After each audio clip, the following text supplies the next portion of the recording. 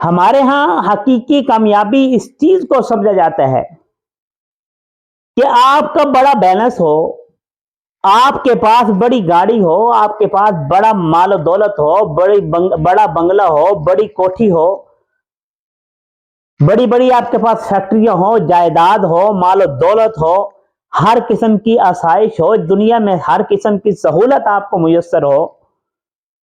ہمارے ہاں کامیابی اس کو سمجھا جاتا ہے۔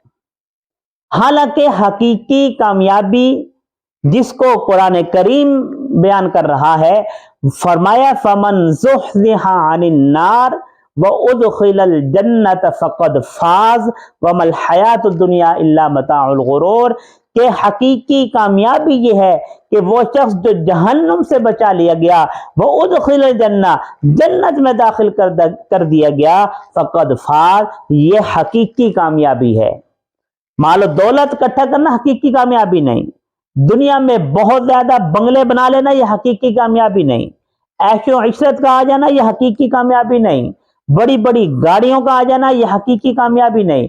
قرآن کریم کیا کہہ رہا ہے؟ رب العالمین کیا ارشاد فرما رہے ہیں؟ فَمَنْ زُحْزِحَ عَنِ النَّارِ وَأُدْخِلَ الْجَنَّةَ فَقَدْ فَازَ، کہ جس کو جہنم سے بچا لیا گیا، جس کو جنت میں داخل کر دیا گیا، یہی حقیقی کامیابی ہے۔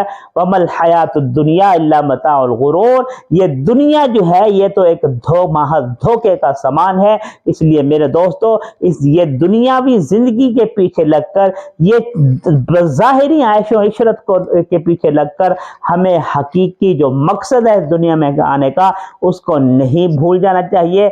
ہمیں یہ مت سمجھ لینا چاہیے کہ یہی حقیقی کامیابی ہے، بلکہ حقیقی کامیابی دنیا سے، جہنم سے بچ کر جنت میں داخل ہونے کا نام ہے۔ اللہ تعالی ہمیں